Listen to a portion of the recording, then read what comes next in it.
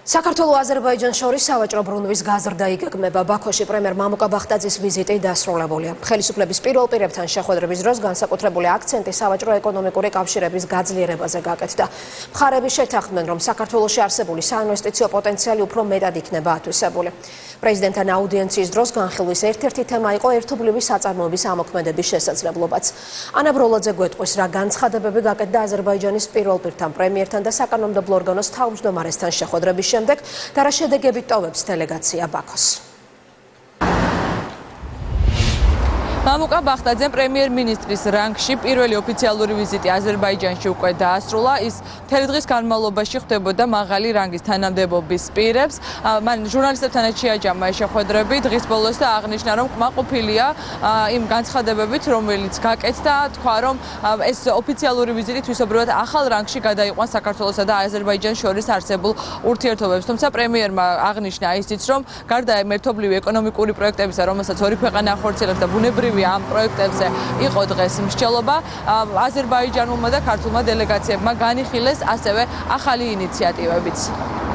ვიმსჯელეთ იმ ახალ პროექტებზე, რომლის განხორციელებაც შეგვიძლია ჩვენ ერთობლივად, რომელიც ჩვენს ეკონომიკურ ურთიერთობას კიდევ უფრო გაამყარებს. ამასთან ერთად შევთანხმდით, რომ შევისწავლით შესაძლებლობებს ერთობლივი საწარმოების შექმნის. იცით, რომ საქართველოს ერთადერთი ქვეყანაა რეგიონში, ვისაც აქვს თავისუფალი ვაჭრობის რეჟიმი, როგორც ევროკავშირთან, ასევე ჩინეთთან. აზერბაიჯანი გახლავთ ერთ-ერთი ყველაზე მსხვილი ინვესტორი საქართველოში და ამ მხრივ, რა თქმა უნდა, არსებობს ძალიან დიდი პოტენციალი. ჩვენ ამავე დროს შევთანხმდით, რომ ფინანსურ სფეროს რაც შეეხება, აქაც ჩვენ გვექნება დამატებითი კონსულტაციები.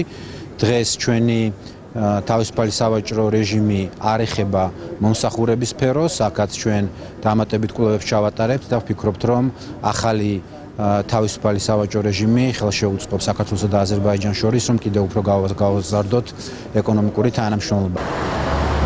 აზერბაიჯანის პრეზიდენტი ილჰამ ალიევი, პრემიერ-მინისტრი და მინისტრთა კაბინეტის წევრები, ასევე მილი მეჯლისის თავმჯდომარე, ეს არის იმ მაღალჩინოსანთა ჩამონათვალი, რომელსაც დღეს პრემიერ-მინისტრი და ქართული დელეგაცია მთელი დღის განმავლობაში ხვდებოდნენ. რა განცხადებები გაკეთდა ამ შეხვედრებზე, ამას ჩვენი რეპორტაჟიდან შეიტყობთ. საქართველოს პრემიერ-მინისტრის რანგში მამუკა ბახტაძე აზერბაიჯანში პირველი ოფიციალური ვიზიტით ჩავიდა. თუმცა ის რკინიგზის ხელმძღვანელის სტატუსით ბაქოს სტუმარი არაერთხელ ყოფილა.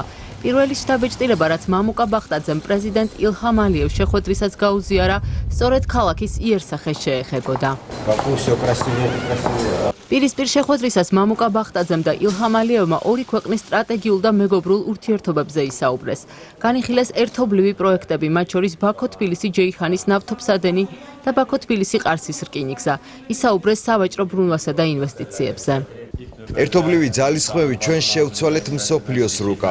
სატრანსპორტო სფეროში ჩვენ მიერ განხორციელებულ პროექტებს დიდი მნიშვნელობა აქვს ევროპისა და აზიის მასშტაბით. ყველა ამ პროექტის რეალიზებაში აქტიურად თანამშრომლობენ საქართველო, აზერბაიჯანი და თურქეთი. მიმაჩნია, რომ სავაჭრო ბრუნვის გაზრდასთან დაკავშირებით დამატებითი ძალისხმევა უნდა გამოვიჩინოთ. ვიცი, რომ საქართველოში ძალიან კარგი საინვესტიციო კლიმატია. მოხარული ვართ, რომ აზერბაიჯანი საქართველოსთვის სიდიდით პირველი ინვესტორი ქვეყანაა.